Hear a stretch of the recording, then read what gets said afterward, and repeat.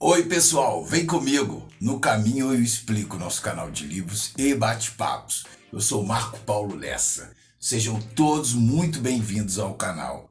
Antes de nós começarmos o nosso bate-papo, eu queria pedir uma coisa a vocês. Eu queria pedir que vocês dessem um like, assistissem até o fim o vídeo e divulgassem o canal. Nós ainda não chegamos, acho que a 500 inscritos. Estamos próximo, 492, 93, 96, não sei. Mas estamos próximos, tá? Antes de começar o nosso bate-papo sobre esse livro aqui, ó. Lula, do Fernando Moraes. Eu falo errado, é Fernando Moraes. Eu falo Fernando de Moraes. Gessé de Souza, não é Gessé de Souza, é Gessé Souza e Fernando Moraes. Me perdoem, mas é a força do hábito. Então, o Fernando Moraes dispensa apresentações, figura que escreveu Olga, Chateau. O Chateau eu tenho aqui, o Olga eu não tenho mais, mas o Chateau tem, tá por aqui. E tenho também o Corações Sujos dele, que fala sobre os imigrantes japoneses no interior de São Paulo. Esses imigrantes não acreditavam que o Japão tinha perdido a guerra. Então as pessoas que falavam e divulgavam lá no interior de São Paulo aqui eram perseguidas por esse clã japonês, por alguns clãs que tinham lá. Eles se organizavam e faziam uma série de confusões. Inclusive tem uma passagem muito interessante que entra um negro, entra lá no bar do japonês e o japonês encrespa com ele e diz que negros não bebem lá e tal. E aí o negro se revolta. Normal, evidentemente, e a cidade parte para cima lá do japonês. Só que o japonês era faixa preta, acho que em 7 artes marciais, negócio desse, assim, uma coisa louca, e briga com não sei quantas pessoas, 40, uma quantidade imensa de pessoas e mata lá lutando, ele mata lá os 6. Quer dizer, uma coisa louca, negócio. Então, voltando. Esse livro aqui, ó, Lula, Fernando Moraes. E eu me comprometi a ler para vocês, terminei, marquei tudo isso aqui, ó. Tudo isso são coisas que eu gostaria de falar com vocês, mas quase sempre eu não consigo. Mas vamos tentar fazer uma resenha do livro. Então o livro começa de maneira eletrizante, rápido, falando da prisão do Lula, das pessoas tentando decidir junto com o Lula o que fazer.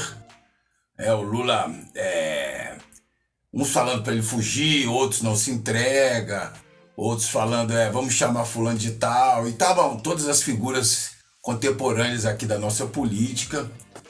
E o Lula acaba se entregando, respeita a justiça, ao contrário deste governo que aí está, de militares lacaios, desse fantoche que é o excelentíssimo senhor presidente, fantoche do mercado financeiro, junto com o pitbull dele, que é o Paulo Guedes, que não fala mais nada, sumiu, continuou fazendo tudo que o mercado quer.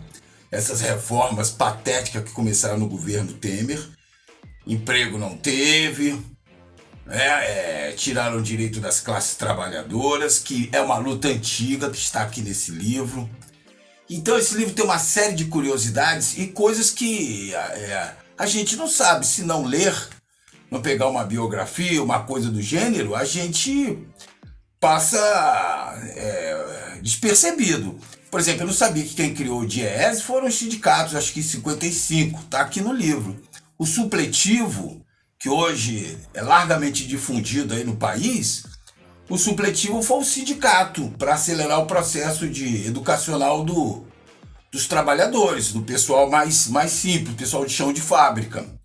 Então tem coisas que só lendo que a gente consegue entender e saber.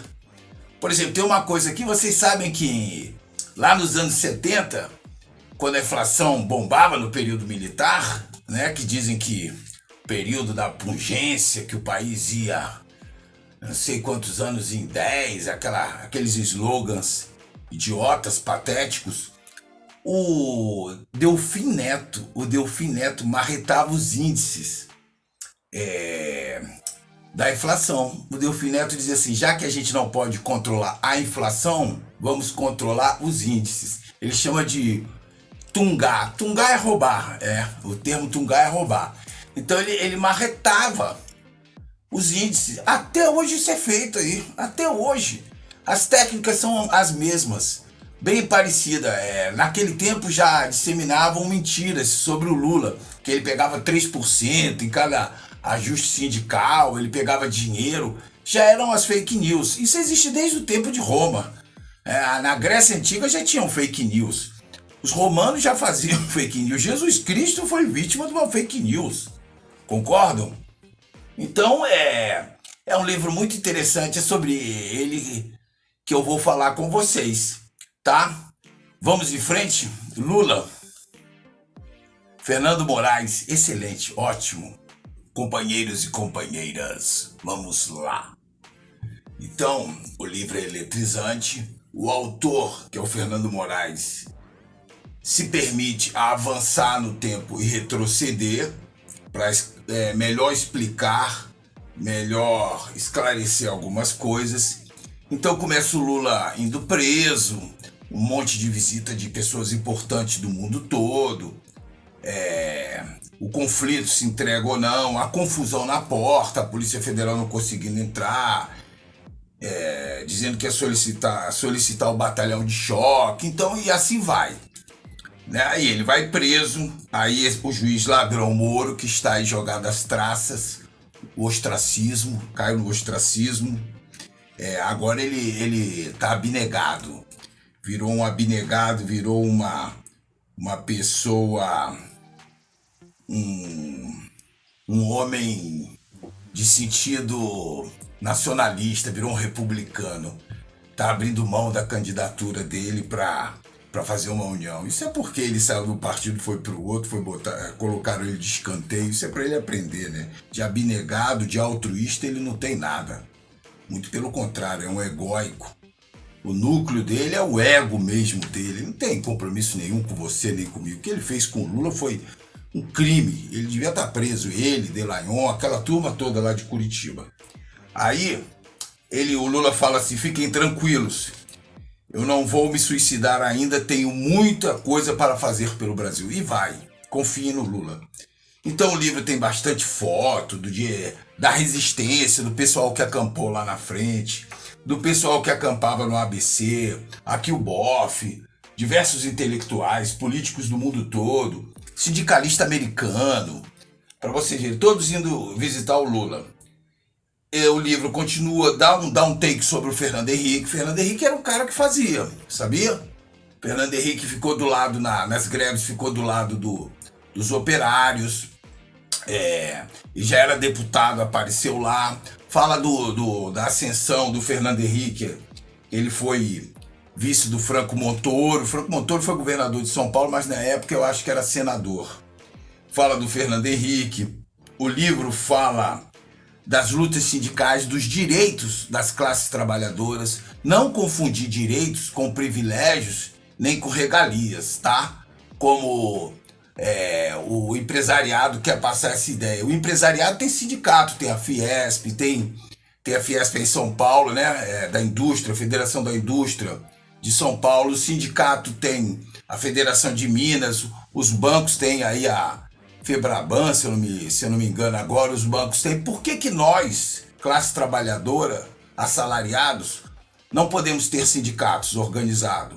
Por quê? Por que a gente não pode dar um dia do nosso ano de trabalho para o sindicato? Devemos fazer isso sim. Até mesmo porque 3 vezes quando eu precisei do sindicato, foram 3 vezes. O sindicato foi lá. 2 foi com o advogado, me defendeu e eu ganhei. Porque iam me tungar um dinheiro, que era um dinheirinho bom, tá? O empresário ia me tungar. Então foi o sindicato que me defendeu. O sindicato tem diversas coisas, assistência médica, esporte, cursos, dentista, odontologia, bibliotecas. O sindicato tem muita coisa. E aí o livro continua. Aí o livro fala da primeira esposa do Lula, né, que veio a falecer no parto, ele perdeu a criança e a esposa. Fala da infância dura dele, dos irmãos dele. Um dos irmãos foi torturado, o Frei, né? Acho que ele chamava Frei Beto, porque ele já era calvo, então ele ficou com o apelido de Frei, que era do Partido Comunista. Fala que o Lula não tinha tendência a comunismo, coisa nenhuma, pelo contrário, ele era resistente a isso. O negócio do Lula era salário, evidentemente, e condições de trabalho, melhores condições, e organizar as classes trabalhadoras. Fala dos comícios, que ele encheu um estádio. Eu anotei tudo, só que não dá tempo, né? Eu não consigo, é muita coisa. O livro comenta das viagens do Lula internacional, aquilo que eu falei do Delfim Neto, eu achei que Delfim Neto manipulava os dados. Fala do Delfim Neto, fala do Diese, aí fala dos ilustradores, olha o Laerte aqui, ó. O Laerte ilustrava pro pessoal do sindicato, fala do Enfio, fala da anistia que teve o pessoal voltando, fala do segundo casamento, como ele encontrou a Dona Marisa. A Dona Marisa, isso aqui é o registro do Lula, tá? No sindicato. A Dona Marisa teve o marido assassinado e o sogro. O marido dela era chofer de táxi, motorista de táxi. Ele foi assassinado, foi meio que estrangulado por Era uma época que tinha muito assalto a táxis em São Paulo por um homicida, um bandido, homicida, ladrão. E depois o sogro dela também morreu acho que numa tentativa de roubo, mataram o sogro dela. Aqui o Lula novinho, ó. Estão vendo? Então o livro fala de tanta coisa. Fala que do Geisel, que o Geisel ajudou a empresa Villares, onde o Lula trabalhou. O Geisel conversou com o Villares, se aproximou dele. Essa empresa Villares, esses caras ele era sobrinho do Santos Dumont, uma coisa do gênero. E ele disse que precisava de 10 milhões para fazer motor de locomotivas. Desde que as locomotivas no Brasil fossem alavancadas, porque quem dominava aqui eram os ingleses. Mas eles faziam motor de navio, não sei quantos motores por ano, e fazia aço de boa qualidade. Era uma empresa gigantesca de primeiro mundo.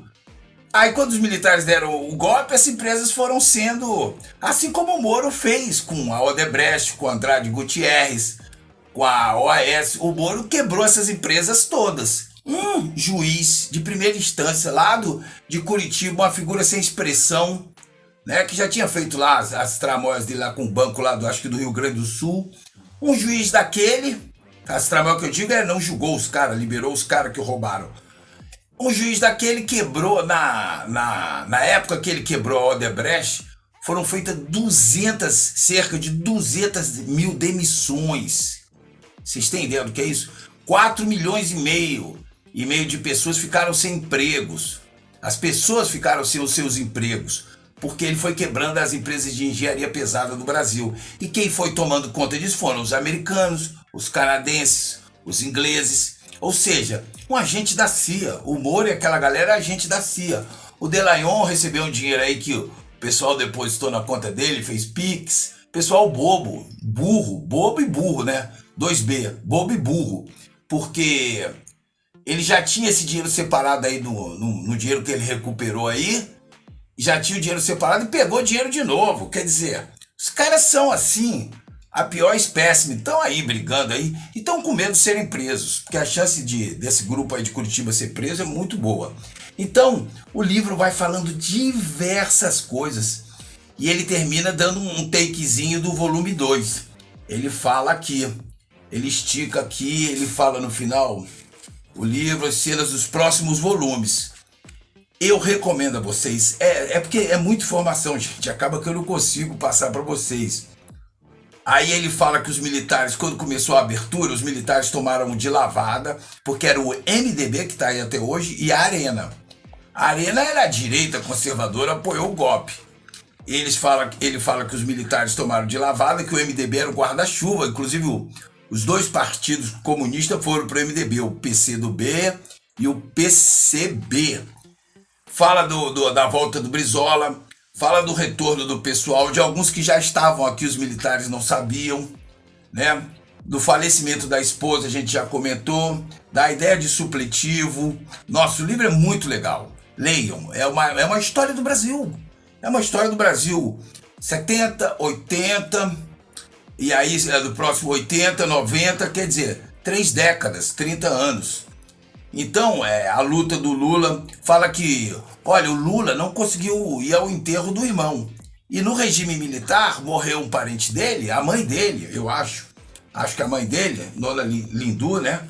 Ele foi, liberaram ele. Para vocês verem. E atualmente não liberaram. É isso, é esse governo, é esse estado de coisas que nós nos encontramos. E para terminar, que nosso tempo já estourou em muito, eu comprei esse aqui, ó, na livraria mesmo, não foi barato. Esse livro foi, acho que foi R$ 60, tá? A Vida dos Estoicos é uma filosofia de Zeneu de Sítio, que o imperador Marco Aurélio adotou. Comprei o do Drauzio Varela, que eu já li o Carandiru, aí eu comprei o Prisioneiras, esse foi em sebo, foi R$ 5, tá? Esse aqui eu acho que foi 59. Comprei aqui do NEM, do Chefão da Rocinha, foi escrito por uma mulher, Misha Glenn. Comprei esse aqui, R$ 5 também no sebo. Comprei o do Mario Vargas Llosa. Esse aqui, ó, o Caderno de Dom Rigoberto. Comprei também R$ 5 no sebo. E comprei por R$ 20 no sebo. O cara ele pediu 30, acabou deixando por 20. O da Rita ali, olha aí. Que era a titia do rock, agora é vovó do rock. Escapou de um câncer, se curou. Viva a Rita Lee. Tá aqui ela, ó. Eu me comprometo, depois que... Eu me comprometo ou ler o da Rita Lee, ou da Rita Lee, tá? Que é escrito por ela mesma. Ou uma autobiografia. Ou A Vida dos Estoicos. Tá legal? Vão ser os nossos próximos livros. Então, gente, teremos votação esse ano. Vamos fazer chapa de esquerda de ponta a ponta. Vamos resgatar o Brasil para os brasileiros. Não para a gringada. Tá certo? Para que vamos expurgar do cenário nacional, da política nacional, essa gente que está aí. Né? Vamos em frente, vamos fazer a nossa parte. Votar com consciência. Então vou agradecendo a vocês, lembrando que sem vocês eu não consigo. Deem o like, multipliquem o vídeo. Aguardem que eu vou terminar um desses dois agora, tá? Enquanto não sai o segundo volume, eu vou ler um desses dois aqui. Agradecer a vocês e vamos em frente salvando vidas. Vem comigo, no caminho eu explico, nosso canal de livros e bate-papos. Tamo junto, gente. Fiquem bem, cuidem-se.